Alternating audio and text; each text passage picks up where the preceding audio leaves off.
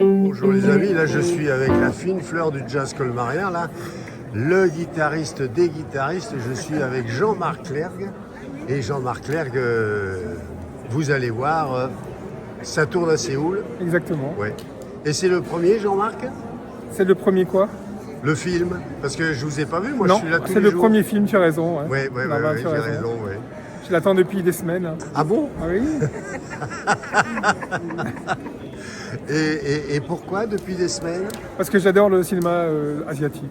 Ah oui, Oui. il y en a beaucoup. Il paraît qu'il y en a beaucoup qui disent que c'est dans le cinéma asiatique et notamment coréen qu'on trouve toutes les nouveautés. Hein? C'est ça qu'on dit. Exactement. Jean-Marc, des projets de guitare? Oui, j'accompagne actuellement une bonne chanteuse qui s'appelle Ah oui. Bessie Gordon. Ah oui, je connais, oui, Oui. très bien. Et alors, vous jouez quand? On va, je crois, au mois d'avril à Bergheim. Ah super. Je crois le 25 avril à Bergheim, Oui. à l'ancienne synagogue. Ouais, bah là, il faut faire passer l'information, là. Bah, je t'en prie. Hein?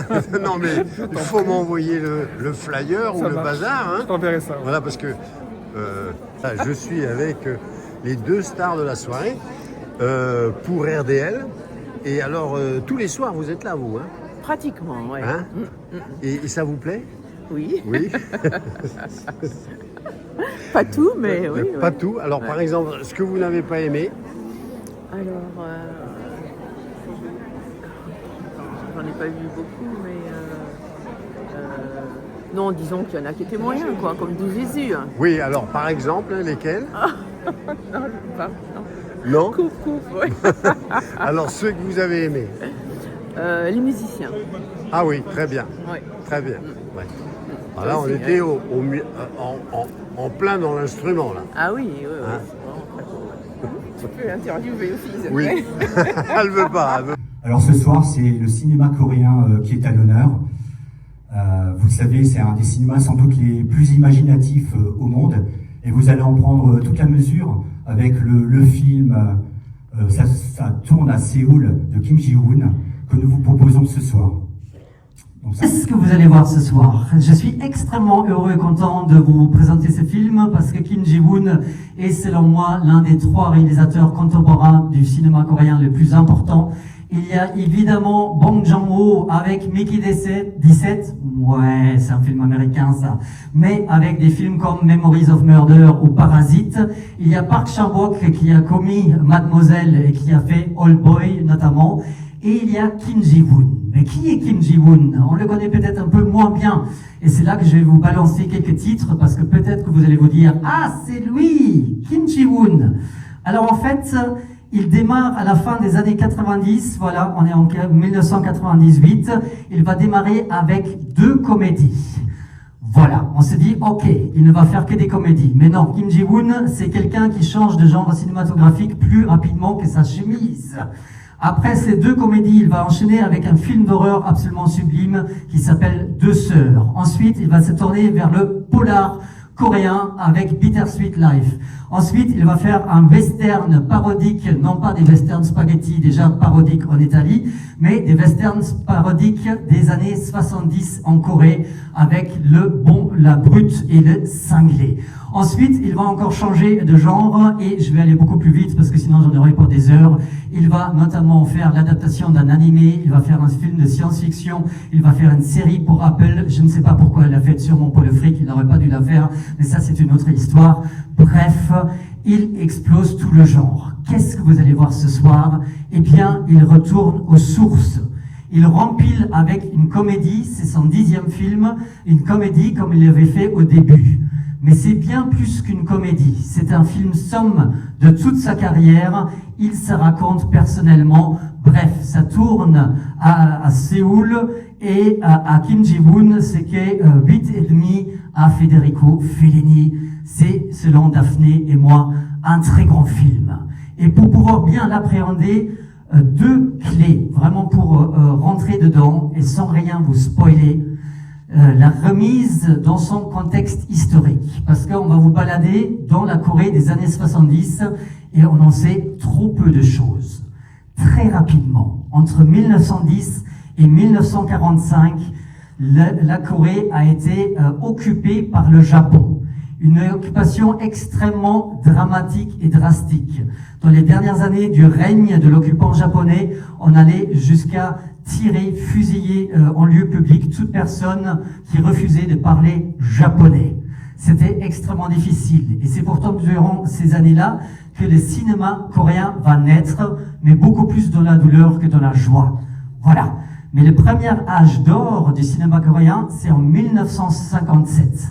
Ce qui va se passer, c'est que on va passer de 9 films à, en quelques années, jusqu'à 257 films tournés en 1969. Et on dit, waouh! Ça y est, les Coréens roulaient déjà sur le monde, ils contrôlaient tout, etc. Oui, mais j'ai dit toujours, mesdames et messieurs, c'est pas parce qu'on fait 400 films par an en France qu'on a de la qualité. Je ne citerai pas les tuches 5, 6, 7, 8, 9, mais voilà, 400 films, c'est pas forcément le symbole de qualité. Et c'est exactement ça ce qui va se passer dans le cinéma coréen. 259 films par an, mais pas forcément de qualité. Ça voulait aussi dire que des réalisateurs tournaient jusqu'à 10 films par an et que les acteurs et les actrices enchaînaient jusqu'à 4 tournages par jour. Ils n'avaient même pas conscience de ce qu'ils allaient interpréter avant d'arriver sur un plateau de tournage. Ils découvraient les lignes de dialogue grâce à des pancartes que des gens leur tenaient et qu'ils lisaient. Et quand vous regardez des films de cette époque-là, vous voyez très bien les yeux qui se baladent pour réciter les lignes. Voilà. 1969, c'est également l'apogée du cinéma coréen. Parce que dans les années 1970, on va rentrer dans un régime militaire qui existait déjà, mais une véritable dictature. Ça va sonner le glas, le déclin du cinéma coréen. Et c'est exactement à cette période, ça ne sera jamais cité dans le film, mais au début des années 1970, les acteurs étaient blasés, la production chute. Il y en a plein qui vont se partir vers la télévision et il y a un renforcement de la censure.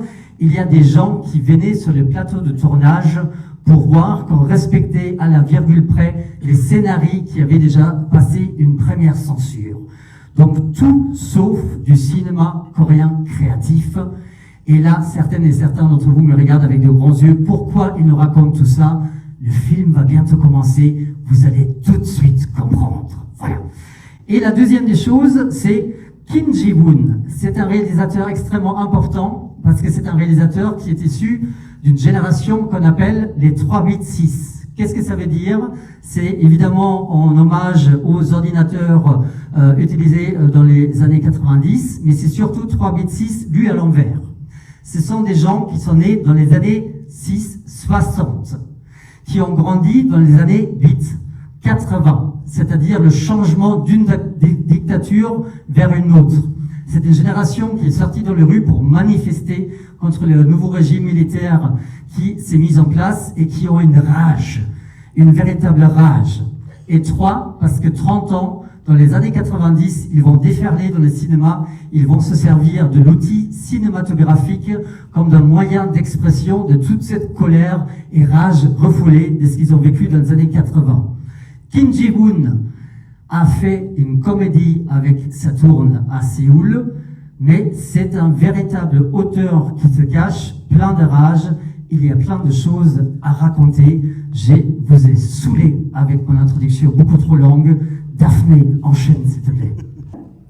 Je voudrais revenir sur ce petit questionnement avec lequel je vous ai laissé avant de débuter cette séance, qui était, pour rappel, toute cette question autour de la création que pose Kim Ji-woon à travers ce film. Cette question de comment est-ce qu'on renouvelle la création, comment est-ce qu'on repense le cinéma aujourd'hui.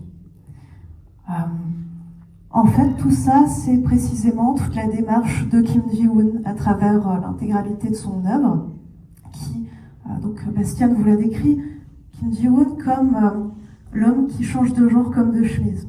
Effectivement, Kim Ji-woon change de genre à chaque nouveau film. C'est le début de sa démarche. Au-delà de ça, il ne choisit pas le sujet du récit, puis le genre, c'est l'inverse. Il choisit le genre, et c'est le genre qui détermine le sujet de son récit. C'est assez particulier pour être souligné, je trouve. Ensuite, il va travailler avec à peu près toutes les formes du genre. On a évoqué, comment ça s'appelle, le bon, la brute et le cinglé, dans lequel il va mélanger, il va confronter le western spaghetti avec du western manchou des années 30-40. Dans Deux sœurs, c'est un conte folklorique coréen horrifique qu'il revisite par le prisme de la J-horror, donc l'horreur japonaise des années 90, et puis différentes formes de l'horreur victorienne. Voilà sa démarche globale. Et au-delà de ça, ce qu'il va faire, c'est qu'il va prendre des clichés et les pousser jusqu'à un point de saturation, jusqu'à ce que le spectateur se mette à les regarder différemment, ces clichés. C'est là aussi tout ce qu'il fait dans le film que vous venez de voir, qui est, à notre sens, une synthèse de tout ce qu'il a fait jusqu'à présent. Comment repenser la création aujourd'hui? Et je me permets de compléter, comment repenser la création aujourd'hui après le passage de grands maîtres du cinéma? Comment repenser la création une fois que tout semble, a priori, avoir été déjà fait? Et avec ce film, Kim Ji-woon pose cette question et y répond dans le même temps. Il y répond, je trouve, de la même façon que le fait Jacques Aumont dans son ouvrage sur la modernité au cinéma. Je le cite, « Rien qu'à refaire ce qui a été fait, on a déjà de quoi s'amuser ». Et c'est exactement ce que fait Kim Ji-woon. Sauf que, je m'arrête bientôt, il ne se contente pas de refaire ce qui a été fait, il ne se contente pas de mettre en scène son héritage, il prend une place dans cet héritage. Il ne refait pas du pré-mâché. Ce que fait Kim Ji-woon ici, c'est qu'il reconnaît l'héritage et en même temps il conserve, il cultive sa singularité. Et le message dans le film, c'est un petit peu ça. Cultiver sa singularité, comment? Eh bien en donnant un peu de soi. Et c'est ce que fait le cinéaste fictif dans le film que vous avez vu, Kim Ki-yeol, qui donne de soi, qui réinjecte ses propres traumatismes, ses propres angoisses dans son film et qui réussit à renouveler, à faire quelque chose, à sortir de l'ombre du maître qui jusque-là s'est présenté comme un fardeau.